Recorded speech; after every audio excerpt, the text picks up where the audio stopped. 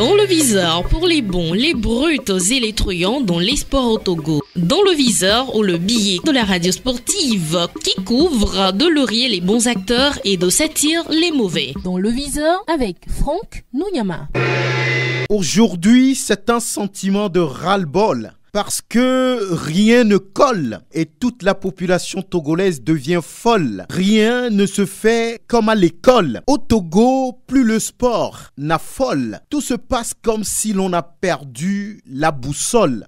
Les contre-performances et la mauvaise organisation en tête de classement caracolent. Moulebi Djinto, c'est un sentiment de dégoût qui m'anime quand j'analyse la vie du sport au Togo. On tape toujours poteau comme le disent les Ivoiriens, mais l'on avance toujours les yeux fermés. On a du mal à déclencher une vraie politique sportive pour élever le niveau du sport togolais et pourtant, le sport est bien inscrit noir sur blanc dans les lignes du Programme national de développement, le PND. Moulebi Djinto, parce que les choses se passent comme si le Togo était le dernier des derniers pays en sport. Quelqu'un n'a qu'à lever le petit doigt pour dire qu'on a tort. Parfois, l'on se demande si c'est un sort qu'on a jeté au Togo. A priori, pas de gris-gris dans cette affaire de mauvaise organisation ou de mauvaise planification qui gangrène le sport au pays de Fort et Sozimna, Nyasingbe. Les Ivoiriens disent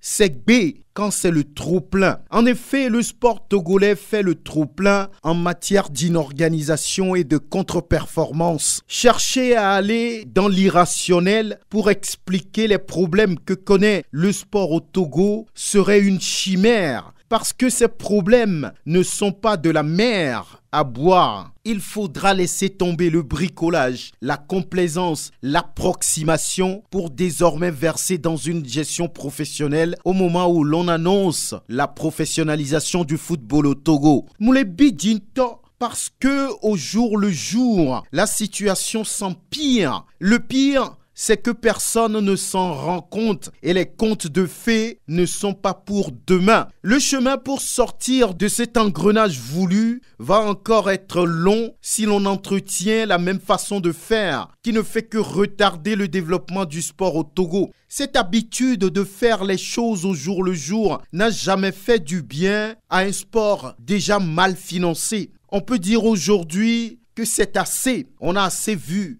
les problèmes de planification. Il est maintenant temps de changer et de faire comme les pays où le sport gagne. C'est une véritable campagne à lancer au sommet même de l'État parce qu'il n'y a rien de mieux que le sport pour faire rayonner un pays sur le plan international. Véritable vecteur de cohésion sociale et de vivre ensemble, le sport, de par son impact sur la population du pays, a besoin de plus de considération, de plus d'investissement. Et ça, il n'y a que le président de la République pour changer le mauvais sort, pour aller vers l'essor. À très bientôt.